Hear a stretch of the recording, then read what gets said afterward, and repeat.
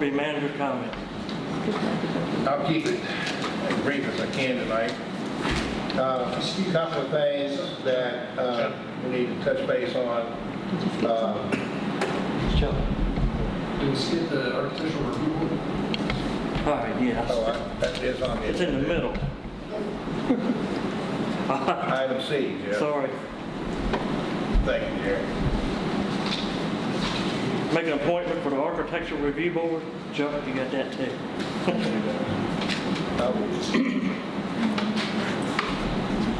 This letter is dated August 25th, 2022. Thank you for accepting my application to serve on the Architectural Review Board.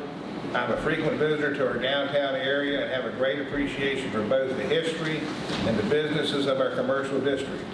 The character of our downtown area is one of our greatest tools to attract new businesses, tourists, and the vital financial assets that they bring to our town. Everyone loves visiting a town with a beautiful downtown with quaint, unique shops. I seek to become involved in the preservation of this area while also recognizing a small business's struggle for visibility and viability. I would work to resolve any differences to the benefit of both. Thank you for your consideration. We have her application. She is a resident, lives on McCormick Boulevard. The letter is signed, Sincerely, Sandra Mckinney. And that's the only application or letter of interest that we have. I hear a motion to appoint Sandra Mckinney to the Agricultural Review Board. So moved. I hear a second. Second. Vice Mayor Upstead, Yes. Councilman Smith, Yes. Councilman Burdette, Yes. Mayor Irvin. Yes. Now manager's report. Okay. As everybody in the community knows, we had a tragedy that affected the whole community and the whole area a little over a week ago. The first thing I'd like to say is extend my heartfelt condolences to the Wickline family, Chief Wickline and his family. But I also want to thank this community for wrapping their arms around that family and supporting them 100% of the way as they navigate this very difficult time in their lives. Chief Wickline is temporarily on leave at this time. Sergeant Balzer is acting in his capacity at the police department, and Robbie Boyd is acting in Chief Wickline's capacity as the EMS director at the firehouse and EMS services for the town of Clifton Forge. Anything that you need or any correspondence you need to have with those two departments, please direct it to those two individuals. And if need be, we can channel your phone calls directly to them. And like I said, Chief Wickline will be on leave as long as he needs to be. So just be cognizant of that. Some of you may or may not know, Leanna has been diagnosed with some pretty significant health issues. And I actually have a prepared statement that she wrote today that she would like for me to read to everyone tonight so that she has it out in the public and on record. As many people know, a few weeks ago, I was diagnosed with an abnormal brain mass. The current indication is that it is benign. My family and I have decided to go forward with removal of the mass and feel this surgery will happen pretty quickly. I certainly appreciate all of the prayers and concerns shown to me. I'm pretty hard-headed, strong-willed, and downright stubborn, so I'm sure my family will suffer more than I. Please say a prayer for them, as I will drive them crazy for sure. My goal at the moment is to get through tax tickets handled prior to the surgery. What else would you expect from me? And I will say this, she's been at work every day since the diagnosis, except for the 2 days that she was in the hospital for the biopsy. So she's been right here. My staff is going to bear the brunt of this mess for sure. Please be patient with them. Work will get done, just maybe with a slower pace. Be kind, bring them chocolate. They're going to need it. I certainly expect to return to work so I can finish out with a bang before my anticipated retirement in June of 2023. So, there it is.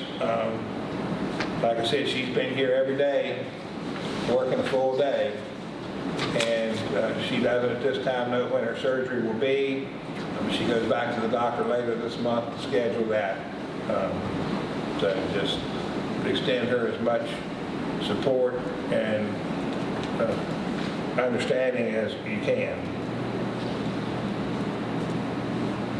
Now to the other items I had, the River Street Water Line Project. We're moving forward pretty quickly, I think, now on that, aren't we, Zach? We are, yeah. Zach is here from Thrasher, and if it's all right with you, Mr. Mayor, I'd like for him to give the update on the changes that were made to that progress today.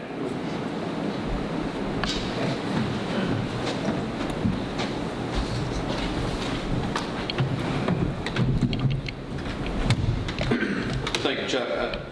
I think the council's aware we had a pre-construction meeting on August the 12th with the town and the Atkins Excavating. At that meeting, they brought up that they had done some homework on getting American iron and steel materials versus getting non-American iron and steel materials. And the time delay, the time difference between those two was drastic. The American iron and steel, which is typically required, was going to be a 7 to 8 month waiting period to get those materials, whereas non-American iron and steel was going to be, the current is looking like 3 to 6 weeks. So we reached out to the ARPA funding agency here in Virginia and asked them if they could help with that. Because this project is ARPA funded only, they're going to allow us to use non-American iron and steel materials.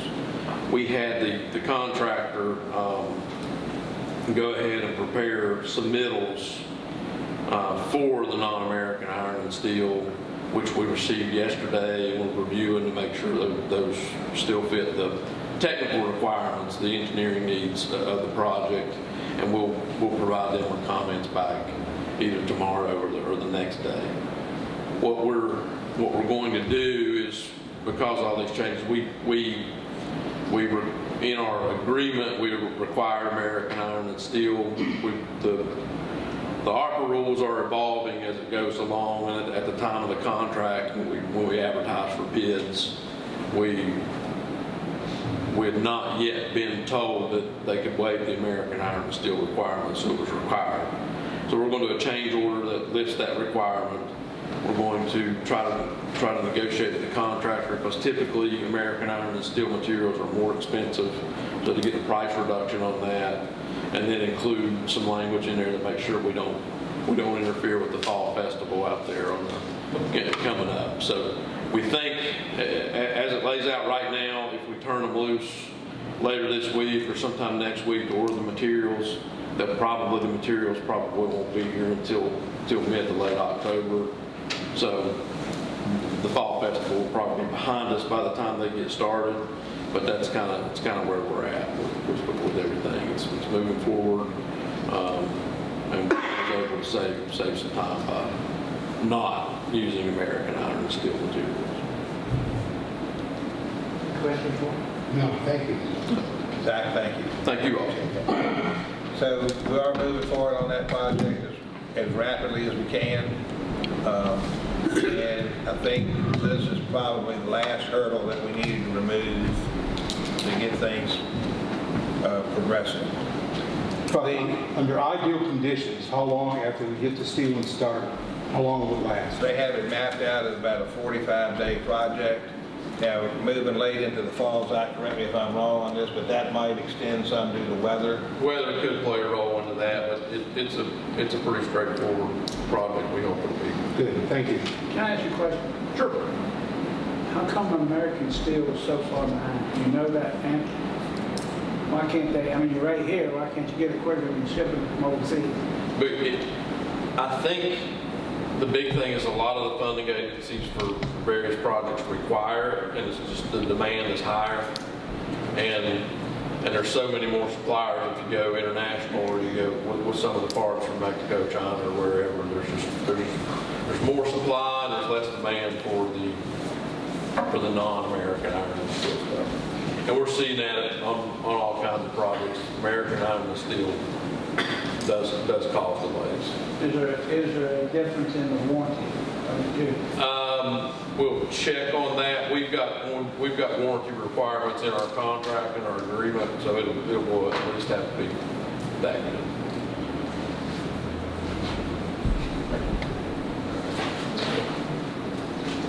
We're still moving forward with the river project.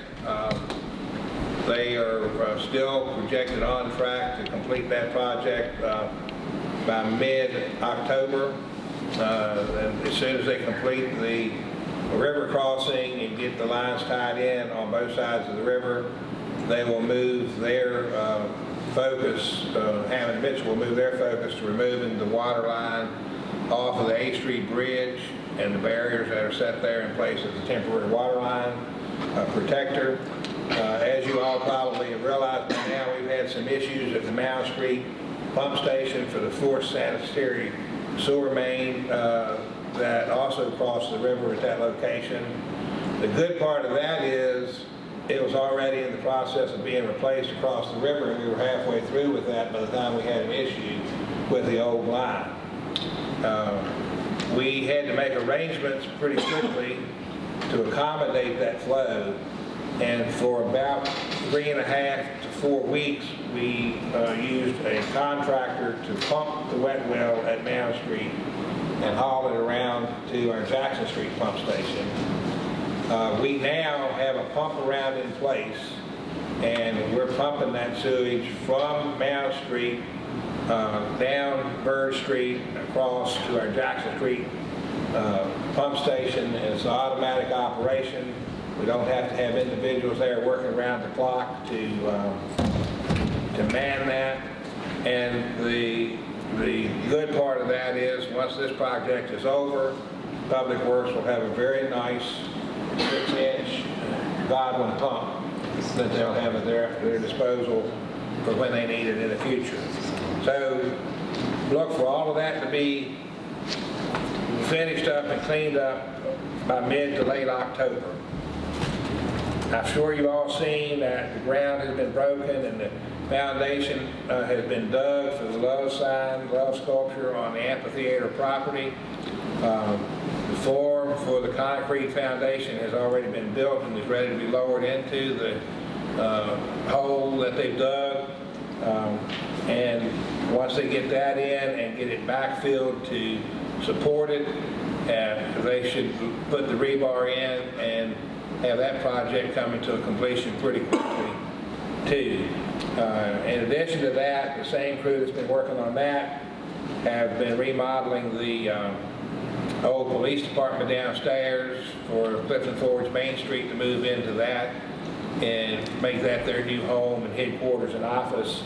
And we anticipate that Clifton Forge Main Street will be able to be in that office by the end of September. So all of that's going on.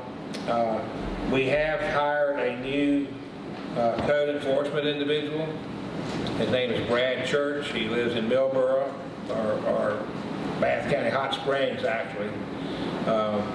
He comes with a vast amount of knowledge in construction and engineering, bridge work, bridge inspection work, wealth of knowledge. We're very fortunate to be able to bring somebody with his qualifications and knowledge of buildings and codes with him already trained.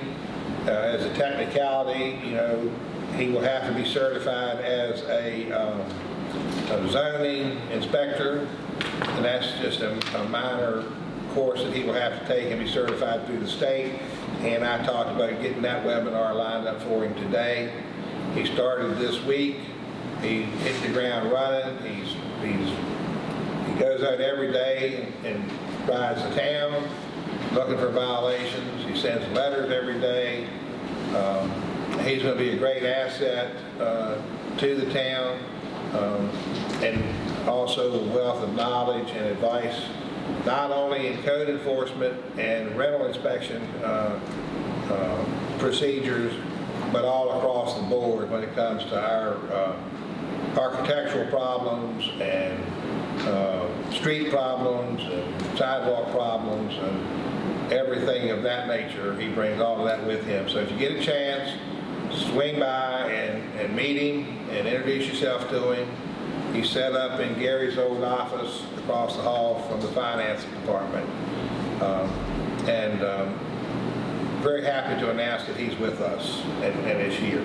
So, and then the last thing, the town is going to host a family day for all of the employees and their families in Gouthit this Sunday from 11 o'clock on. Lunch is going to be served from 1 to 3. It'll be complete use of the park. The town's taking care of the rental of the shelter and the parking fees. And we just would like to say thank you to our employees and council members and their families for everything that is done to support the town and keep the town moving forward in a positive manner. And hope to see everybody on council with your families there to share some time with the employees that are on the front lines every day. Thank you, Mr. Mayor.